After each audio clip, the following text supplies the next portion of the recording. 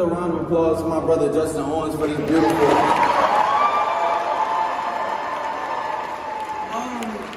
You know, like I was saying yesterday, I think it's crazy that I can still sit in the crowd and, you know, listen to certain people and, you know, still just get chills in my body. And, you know, when I look at this opportunity, all of us in here, you know, including myself, is just super, super, super, super blessed. And, you know, I've just been feeling very, very, very grateful, more grateful than I ever have in these last few days, these last few weeks. Because, for one, we got to look at it like, for a lot of us, this is the first time that we've ever even been in an opportunity to make $1 million. And, you know, I'm sitting down yesterday and I'm listening to our CEO, Christopher Terry. And, you know, even though I've heard him say it before, but, you know, the fact that we're in an opportunity that can pay out $10 million a month is absolutely mind-blowing. And we got, you know, before I came into this opportunity, man, you know, 4 years ago, I was broke. You know, I was working a job. I was a regular college student, and, you know, I was thinking, get a degree, get a good job. And, you know, I knew those opportunities, or, you know, what I was doing wouldn't award me $1 million. And for all of us, you may have a job right now, or you've had a job before. You got to think about that job. You got to think about that opportunity. Could it retire your family forever? Could it even make you $1 million? And most of the time, the answer is no. So when I come into this opportunity and I think about my past life, I think about when I did have a job. I think about when I was doing things that I thought would make me successful. There's no way I can give more time, more effort, more energy, more focus to the things that I know won't make me $1 million versus the things I know can. And when I had a job, right, 4 years ago, 20 years old, when I first came into this opportunity, I'm 24 years old now.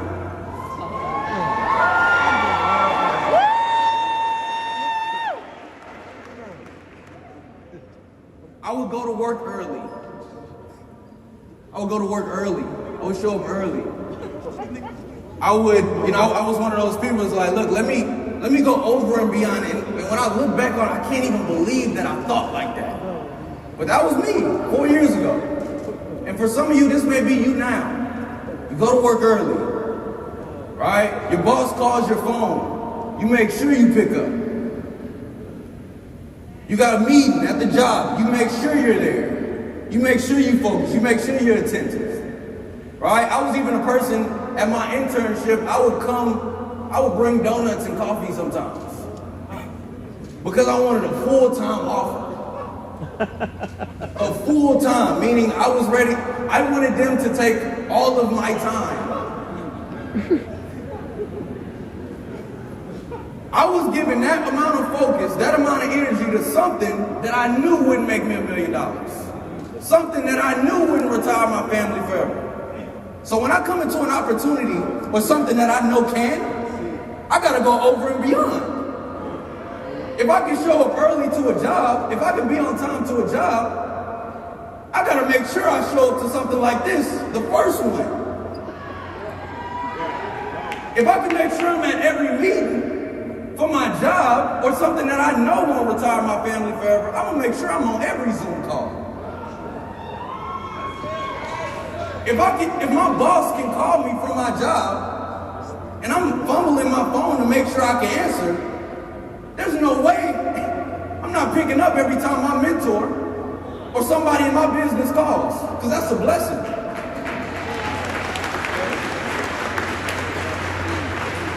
We have to really pay attention to what we have access to. And you can't look up at God and be grateful for what He's given you if you're too busy looking at the problems right in front of you. Look, it's been about 4 years for me, and you know the thing I hear a lot of is it's a level of uncertainty for people that come into this business. I still hear it to this day, right? Most people think that they're late.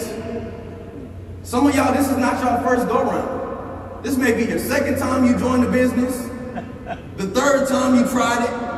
You signed up 2 years ago, but this is the one. Right now, this is the time you're gonna do it. And you looking back thinking, if only I would have just took it serious back then. Or if only I would have just signed up, if I would have just enrolled, you know, when my friend reached out to me back in 2018, 2019, 2017, some 2016. What would my life look like now?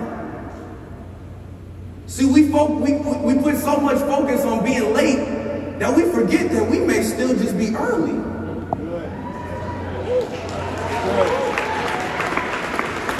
Right? Christopher Terry walked up on stage yesterday and I had never even heard him say this. He said that he wants this company to be the first company ever to produce billionaires.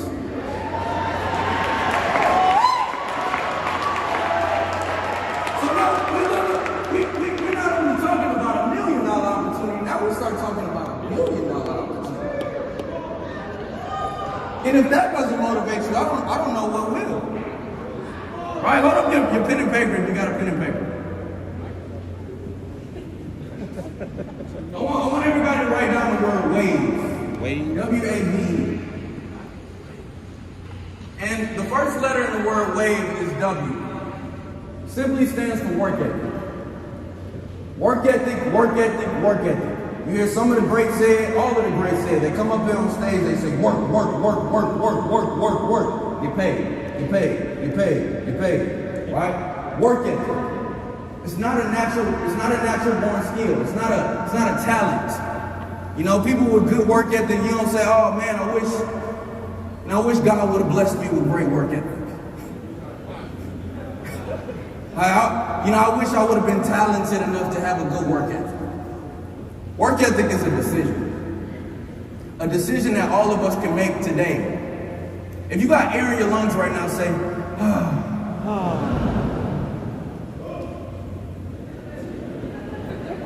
If all of us have air in our lungs right now, we have that ability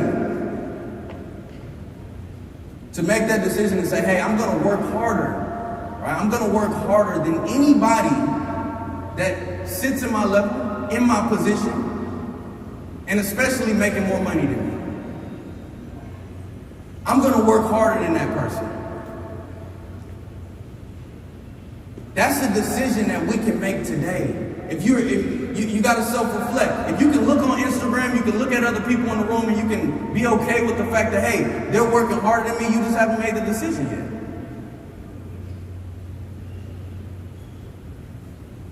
It's the difference between thinking and deciding. Y'all ever heard thoughts become things?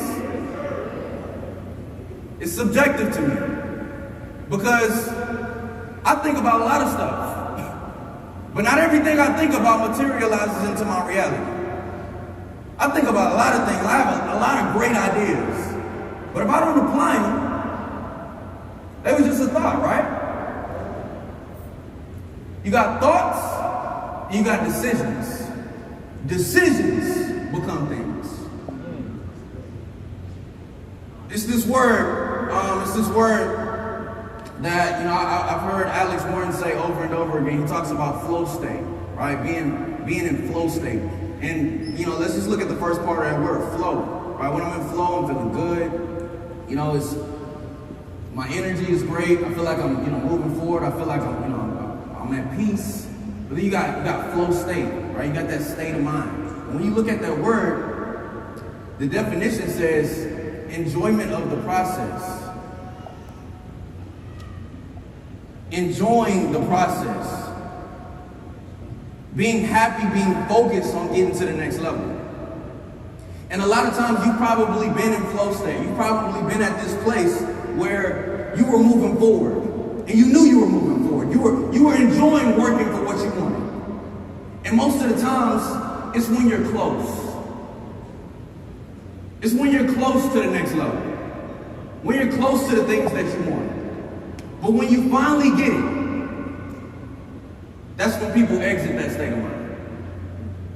I think about the times where, you know, I've been close to the next position, I've been close to a level of success, and at that moment I knew I was in flow state. I couldn't put my phone down. I didn't want to get off a Zoom call. I was showing the plan ridiculously because I knew I was close. I was right there, 5 away, 10 away, 20 away, 100 away. Super close to that next position. For a lot of y'all, even platinum 150. And then you finally hit it. And then you start to look at, I'm no longer close to the next position. I'm no longer close to where I want to be. And then you exit that state of mind. It's this saying, all good things come to an end. Y'all heard that before? All good things come to an end. When I look at the last 4 years of this business, I've seen the business, you know, it's people in this room right now. I've literally watched them hit 2 and 3 ranks in a matter of 60 days. I've literally I've experienced thousands of people come into my business in a matter of 2 days. Thousands. I've also experienced my business not move. I've experienced thousands of people leave my business in a day. I've seen all different waves of momentum as far as this business is concerned over the last four years that I've been doing this. But what I will say, just like all good things come to an end, that momentum comes to an end too. And you gotta understand and build that realization. If I'm in momentum, if good things are happening to me, people are coming into my business, at some point, this may not be the case. At some point, things are going to pull back in order for me to propel even further than I was before. So knowing that, if I'm in momentum, if things are moving good, if my business is flowing, and in the back of my head, I know all good things come to an end. This is going to pull back at some point. Well, by the time that it pulls back, I'm going to be at 10 grand a month. I'm going to be at 25 grand a month. I'm going to be at 50 grand a month. I was telling somebody this the other day. I'm going to be honest. A pullback, adversity feels a whole lot better at 50 grand a month versus 5. My business pulling back, right? It feels a whole lot better at 100 grand a month versus 2 grand a month. So if I know this good energy, this momentum that I'm experiencing in my business is going to come to an end at some point, I'm not going to give it the chance. I'm going to stay in flow state. See, the work happens before somebody joins your business. The work happens before you hit the next rank, before you hit the next level. The real work happens when they join. The real work happens when you do reach that level of success. When your business is moving good, when you're in momentum, great things are happening to you, that's when you should be the most focused. That's when you should be paying attention even more than you did before. But what happens, most people don't start focusing up. They don't start having this realization that they need to work until that pullback happens, until people are leaving their business. But in reality, I'm working harder when things are moving good. I'm even more focused when things are moving good. I'm showing the plan even more. Because by the time that it even decides to pull back, I'm no longer doing a call in my Honda Civic. I'm doing a call in my Rolls Royce.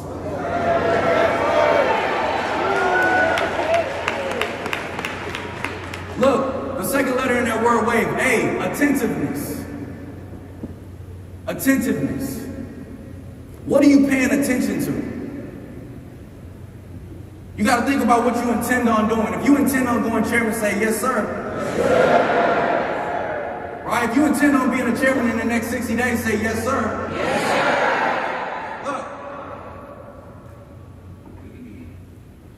What you pay attention to has to align with what you intend on doing. If I intend on going chairman, if I intend on going to the next level, what I'm paying attention to, the only things that I'm feeding my brain aligns with the next level. So if I get in my car, I'm listening to personal development. I'm listening to those recorded Zoom calls, right? I'm not hanging out with people that are not in my business, with people that aren't trying to go to the next level. Look at the person on your left and your right. Tell them, if I can't build with you, I can't chill with you.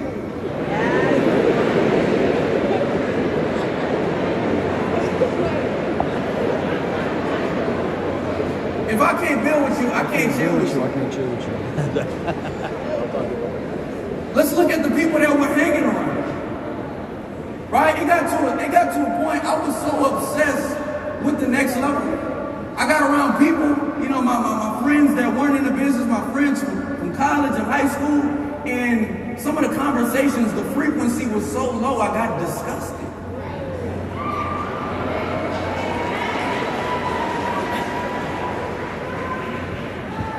I'm like, I gotta get out of here. What are you paying attention to? Does it align with your intentions? If we intend on being a good person, but we're listening to music about killing people, right?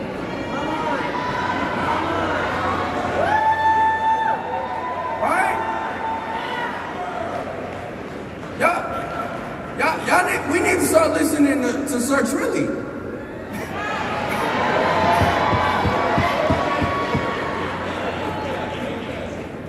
What are you paying attention to? Look at V. Visualization. What are you visualizing?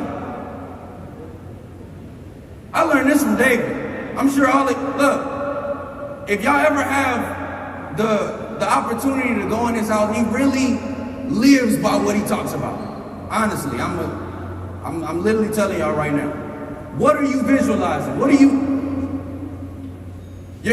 you are right here, where you are right now is right here. What you want is here. What you want is here. You may be comfortable where you are right now. And that's usually the problem. Right? I'm grateful for where I am, but I'm hungry for the next level. I'm hungry for where I want to be. Where you are is right here. Where you want to be is here. Your mind leaves first. You can't get rich in the pockets before you get rich in the mind. If my comfort zone is right here, I need my comfort zone to go here. I need to start visualizing being in the car that I really want to drive, being in a house that I really want to live in, having a bank account that I really want to have. I got to start visualizing that. I got to start putting it everywhere. I got to start putting it in my face as much as possible. Because when I go there in the mind and I come back here to where I am in the physical, I'm no longer comfortable. I'm like, I gotta get here. You start getting disgusted. You start getting frustrated. You go back in your car. Look, have y'all ever drove somebody else's car and it felt a little bit different when you went back in yours? Like the steering wheel was a lot looser. I'm pressing on the gas. It's driving a little faster. Because I put myself around something different. I was visualizing something that I wasn't comfortable with. And I started building a new comfort zone for where I really wanted to be. So when I went back, it's like I need to find a way to go to where I was just a few days ago. Or just earlier that day. Screensaver, wall, steering wheel, whatever the case may be. Look, I kid you not. The things that I saw in David's house a few years ago, he literally has today. I had a Richard Mille on my screensaver at Run to Play 1, the first Run to Play. David looked at me, he saw my screensaver, he said it's done. And then I went to go buy it.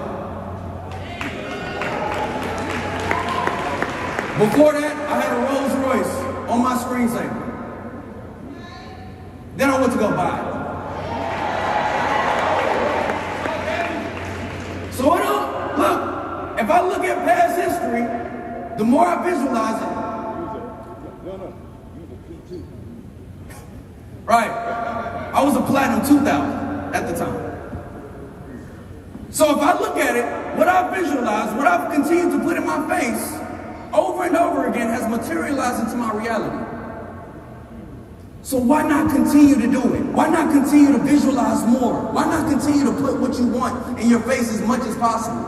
You got to look at what you want more than what you look at, or more than you look at what you have. Because when your eyes adjust to see what you have, it's like, I gotta go back to what I was just looking at. The E is for expectation.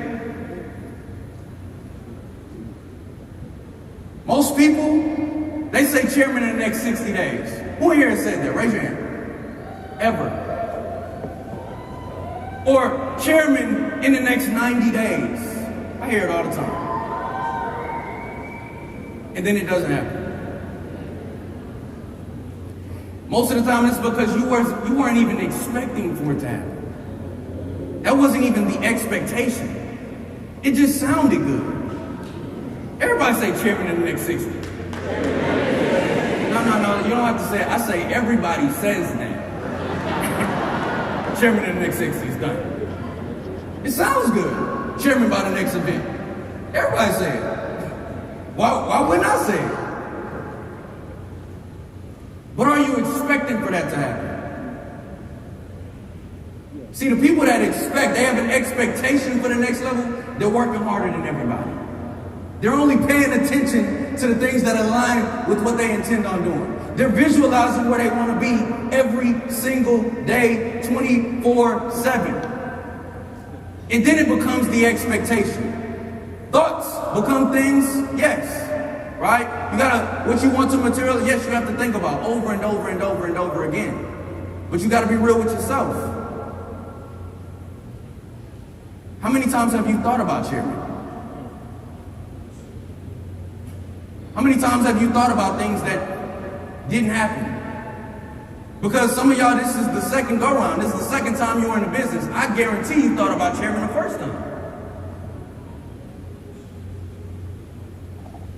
Thoughts become things, but decisions for sure. They for sure do. We got all to make that decision today.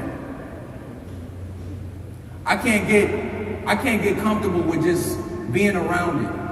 David said it yesterday, PTSD, post-traumatic success disorder. A lot of us are in this event right now. You're motivated. You're on the edge of your seat. You're ready for the event to be over just so you can go take your business to the next level. Right, I'm sure a lot of y'all feel like that. You get around your team, you get around your leaders, you get around your mentors, and you feel more motivated about the business than you ever have. And then you go back home, we go to our prospective cities, states, and it goes away. That's called momentum by association.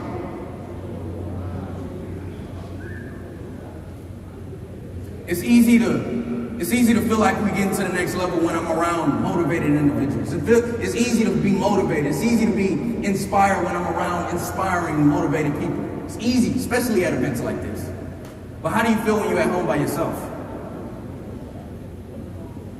That feeling that you've been feeling these last few days, did it take for you to get to this event to feel like that? If that's the case, look, we got to raise our level of awareness. So when we go home, we got to carry this feeling and this energy that we have in this room with us.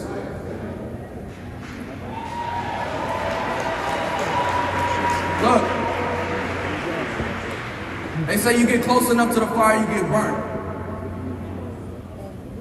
You get around the right mentors, you get in the right organization, you get around the right company.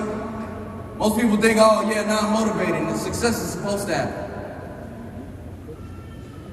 No. I create the fire. I burn everybody I get in contact with.